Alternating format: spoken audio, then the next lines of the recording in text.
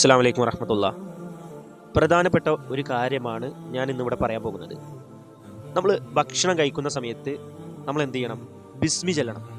നമ്മൾ ബാത്റൂമുകളിലേക്ക് പോകുമ്പോൾ നമ്മൾ അള്ളാഹുവിനോട് പിശാചിൽ നിന്ന് കാവലിനെ ചോദിക്കണം.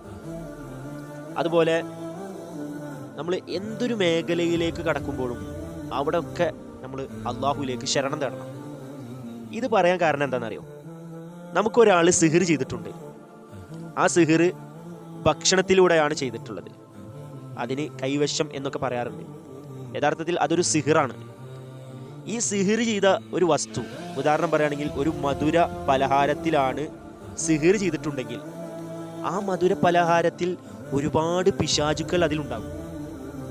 അപ്പോൾ നമ്മളത് ബിസ്മി ചൊല്ലാതെയാണ് കഴിക്കുന്നതെങ്കിൽ ആ അത്രയും പിശാചുക്കൾ നമ്മുടെ ശരീരത്തിലേക്ക് പ്രവേശിക്കുകയും ആ സിഹിറിൻ്റെ, ആ കൂടോത്രത്തിൻ്റെ ബുദ്ധിമുട്ട് നമ്മുടെ ശരീരത്തിലുണ്ടാകും. ഈ പിശാചുക്കൾ നമ്മുടെ ശരീരത്തിലേക്ക് കയറി കഴിഞ്ഞാൽ നമ്മുടെ രക്തധമനികളുടെ ഇടയിലൂടെ ഇത് നടക്കും. ഈ പിശാചുക്കൾ സഞ്ചരിക്കും. അതുകൊണ്ട് പല രോഗങ്ങളും പിശാചുക്കൾ മുഖേന നമുക്കുണ്ടാകും. അതുകൊണ്ടാണ് നമ്മളെപ്പോഴും ബിസ്മി ചൊല്ലണം.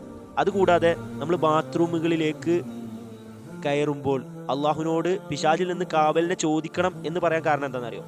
നമുക്കൊരാൾ സിഹിർ ചെയ്തിട്ടുണ്ടെങ്കിൽ ഈ ബാത്റൂമുകളിലും പിശാചുക്കൾ ഉണ്ടാകും. ഈ സിഹിറിൻ്റെ പിശാചുക്കൾ ബാത്റൂമിലുണ്ടാകും. അപ്പോൾ നമ്മൾ അവിടെ പോയി മൂത്രമൊഴിച്ചു. ചില ആളുകൾ വെള്ളം എടുക്കാതെയാണ് ബാത്റൂമിൽ നിന്ന് പുറത്തിറങ്ങുന്നതെങ്കിൽ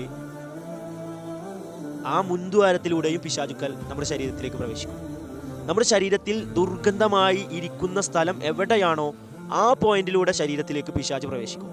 അതുകൊണ്ട് നമ്മൾ ബാത്റൂമിൽ പോയി കഴിഞ്ഞാൽ ശുദ്ധിയാക്കണം. നമ്മുടെ വായ എപ്പോഴും ശുദ്ധിയാക്കണം. നമ്മൾ ഭക്ഷണം കഴിച്ചു കഴിഞ്ഞാൽ വായ കഴുകണം.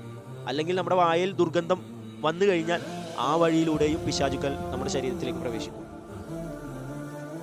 എന്തൊക്കെ ഹലാലായിട്ടുള്ള മാർഗങ്ങളുണ്ടോ ആ മാർഗങ്ങളിൽ നമ്മൾ പ്രവേശിക്കുമ്പോൾ അള്ളാഹുവിനോട് പിശാചിൽ നിന്ന് കാവൽ ചോദിക്കണം. അള്ളാഹു നമ്മളെല്ലാവരെയും കാത്തുരക്ഷിക്കട്ടെ. അസ്സലാമു അലൈക്കും വറഹ്മത്തുള്ളാഹി.